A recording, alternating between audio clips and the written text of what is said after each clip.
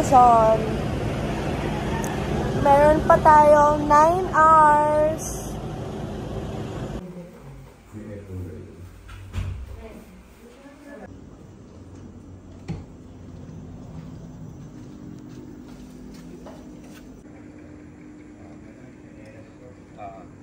Hello everyone, good morning. So we're here at Bicol and we're back after 11 years. So dito kami nagstay sa Victoria Rest House here sa Daraga, Legazpi, Albay. Hindi na ako nakapag-vlog kagabi kasi sobrang pagod na ako kasi 19 hours yung biyahe namin and 10:30 p.m. na kami nakarating. So now, it's 7:15 a.m. and mag-check out na kami kasi mag-explore na kami around the city. And then later, we're going to Sorsogon na for our beach and resort trip naman. Dito na kami sa Mayon. Ay, not sa Mayon. Dito na kami sa may Kagsawa. Ruins. Ayan. Magbe-breakfast muna kami. Masarap yung mga breakfast dito. Kaya dito namin isipa mag-breakfast. Hi! Magbe-breakfast muna kami. Ayan. Magbe-breakfast muna kami kasi nagugutom yung mga kasama ko. Kaya, ayun. Then, mamaya picture-picture kami dyan. Medyo shy type pa yung Mayon. Maaga pa kasi. So, mamaya. The Kagsawa Ruins. Ayan. And then, ayan na yung Mayon. Di pa siya nagpapakita. Kain. So, meron kasi tsaka pansit bato.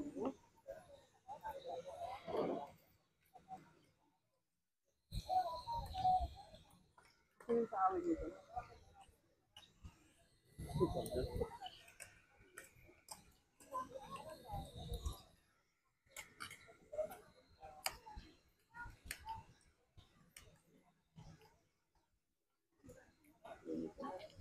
Tignan natin yung pansit.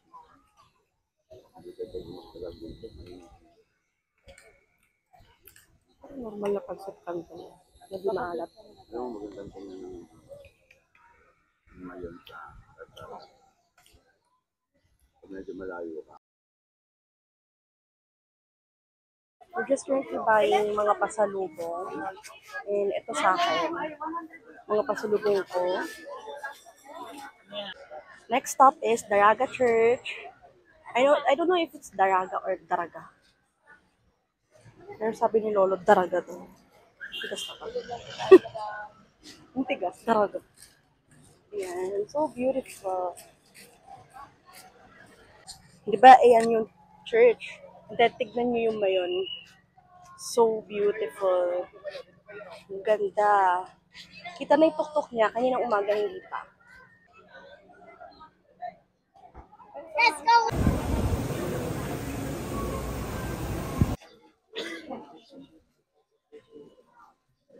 So we're just opening up some lights and looking at prayers kasi first time din namin sa church nito. Beautiful. Ganda. Kahit anong angle, perfect cone siya, guys. Sobrang ganda. Currently, mainit dito, but look, sobrang ganda naman din. And, naghahanap kami ng ice cream, guys. Walang ice cream? Oh, wala. Ayan, so pupunta na kami sa next location namin. So, magpipicture lang kami dyan sa may giant na Mama Mary. Giant statue. Oh, Mama Mary. Ang Mother of Salvation. Pala siya. Mother of Salvation. So, nandito kami ngayon sa Farm Plate, the happiest place in Bicol. So, dito meron kang makikitang mga kite flying, bird feeding, restaurant, and mini chapel. So, iikot-ikot lang kami dito. Ang entrance is 75 sa kids and 95 sa adult. Ito kami umorder sa Shooters, mga seafood yan. Gusto sana namin ng Bicol, kaya lang naubusan Bicol Express. So, dito na lang, mag-seafood na lang muna kami. And while waiting, papahangin na lang. Ang in-order namin here is 2 fish fillet, tapos crab na may stuffed cheese, and then grilled na catfish or hito. Lunch. Dito. fish fillet and stuffed cheese crab. There's the smallest chapel in the Philippines. Then there's a view of the Mayon and some cows. And yeah, it's very serene. And yes. Aside from the scorching heat, sobrang ganda niya for me. Yan yung loob ng chapel. As in, super liit lang niya. Super cute.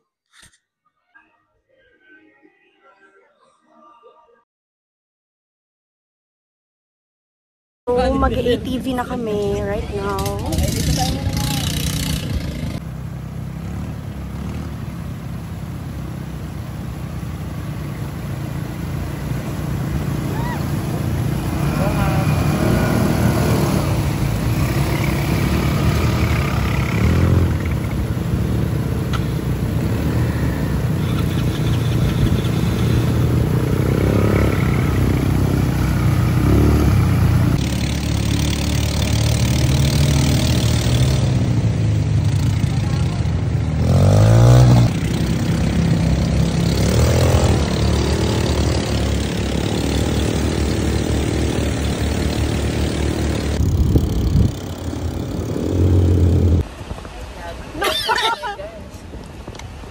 Merienda bago kami pumunta ng Sorsogon. Hi kayo. Dito pinino mo yan. Meron din kaming chili ice cream na chocolate at strawberry. Tasting chili ice cream na chocolate flavor. Pero may sili.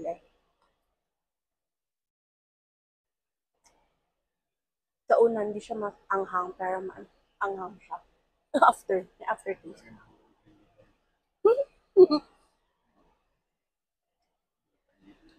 Hindi mo naubos iyo? Sponsored by SM.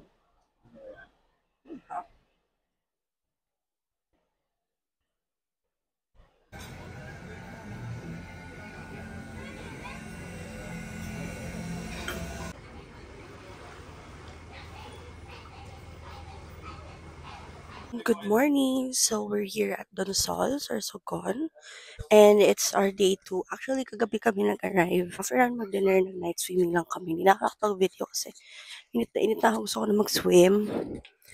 And then now, we're just here sa Viton Woodlands Resort. Beach Resort. Dito rin kami nag-stay before. Way back 2014. And yeah, yan. So, mag-breakfast lang kami and then mag-swimming. Entire day, mag-swim lang kami here sa dagat and as well as sa swimming pool. Today is just gonna be a very chill day kasi hindi na kami magtutour outside as far as I know, hindi na kami magtutour outside. So it's just gonna be a very chill day. Kasi per swimming lang kami and we just really wanna rest because tomorrow we're going back to Bulacan and work again. So yun. And then magbe-breakfast lang kami now. So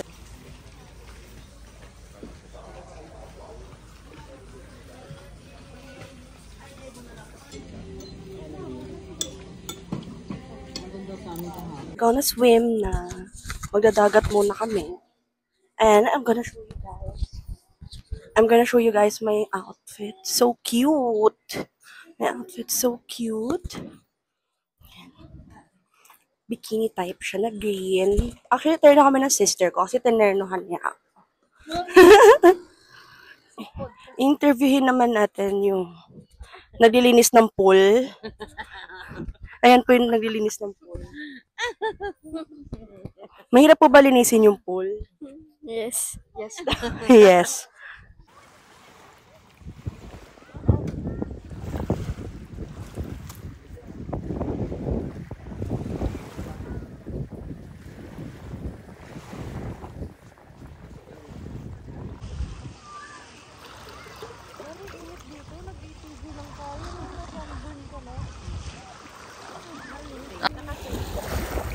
Ay, smile! Okay.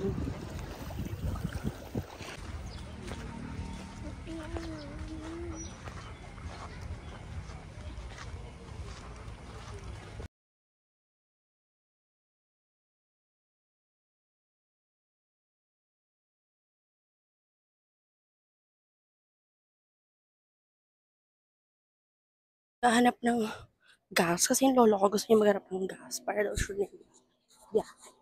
Yun, hindi maghanap din kami ng kakainan and others.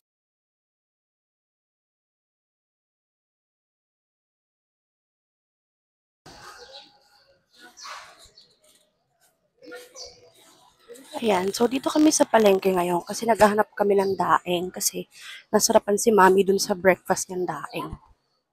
So, like, masarap pala yung daing dito. Ganun. So, mamimili kahanap kami ng daing.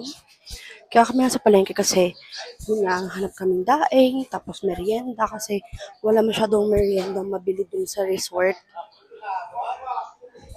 Kaya yun, dito na kayo naghahanap. Ayan na, so meron na kami nakitang mga daing. Saan ba?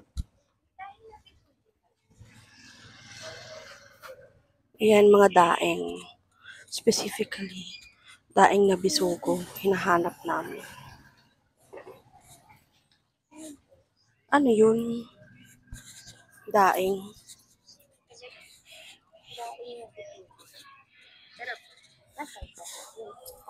Ayan. Ayan siya, guys. 400 ang kilo. Malaki, no? Ba't yun sa kanilang maliit? Hindi maalat. Maalat. Maalat.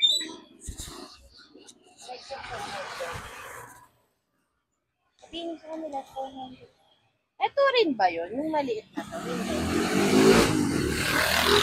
May sungko din ba yun? Ito lang. Tampong po yan. Ang tambong. Ito din. Sabihin mo sa kanila. Okay.